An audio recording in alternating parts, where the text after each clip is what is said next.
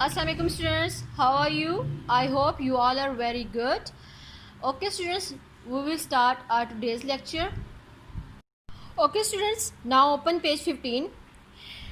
In our previous lecture we have read 3 paragraphs of the chapter 2.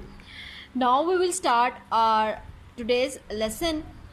But before starting our today's lesson, we will first review our previous lesson. हमने कल क्या पढ़ा था?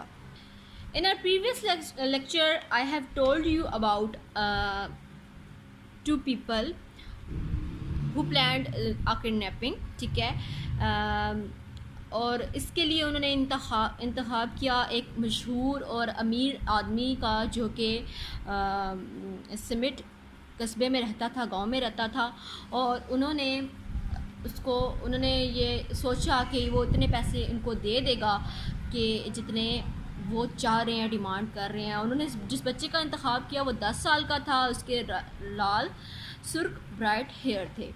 ठीक है, तो उसके बग्गी ली और उस पर बैठे और उसके घर के डोरस्ट के जो यानी कि जो विक्टिम था, जिस शिकार था, जो उसके घर के पास से गुजरे।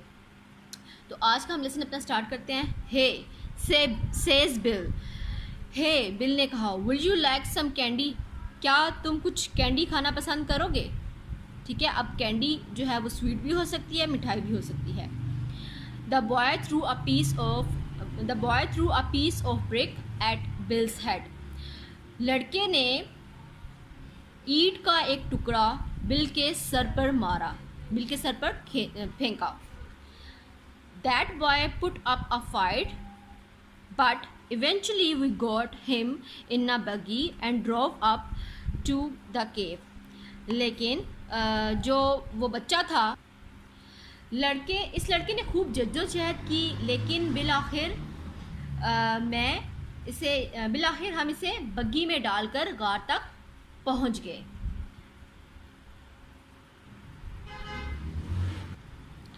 After dark, I drove the buggy back to the village I had hired it in and walked back.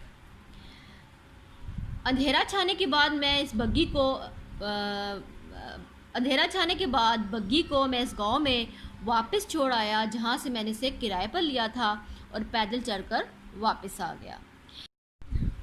Bill was examining and treating the scratches and bruises on his face and legs. अब जो bill था वो अपने जो उसको scratches आए थे, scratches कहते हैं खराश और ब्रूजेस कहते हैं नील को।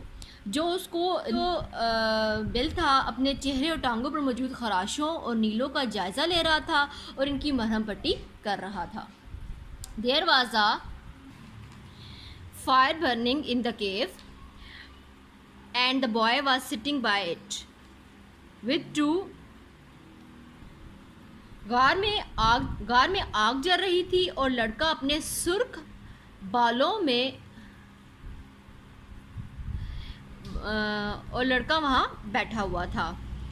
With two buzzards tail feathers stuck in his red hair, दो अमरीकी जो मतलब एक तरह का जो बैंड था फीदर्स वाला, यानी कि जिसके ऊपर फीदर्स लगे होते, पर होते हैं, वो वाला बैंड उसने अपने सुर्ख बालों में लगाया हुआ था।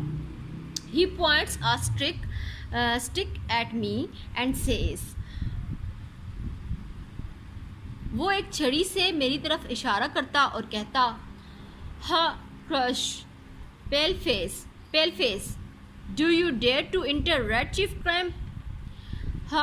हाय बदवाए हुए पीले चेहरे वाले, क्या तुम रेड चीफ के पड़ाव में दाखिल होने की हिम्मत करते हो? यानी कि अब वो उसको कह रहा है कि क्या तुम मेरे फादर को नहीं जानते कि तुम उनके जो एरिया में आ रहे हो।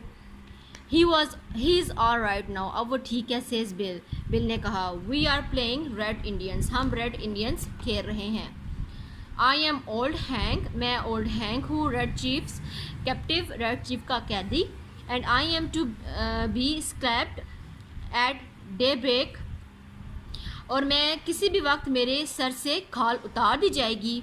Ouch the kid can kick hard, लड़का ज़ोर। आज के लिए इतना ही। अब आप लोगों ने इसको प्रोनाउंस करना है और इसकी रीडिंग करनी है। ओके, टेक केयर, अल्लाह हाफिज़।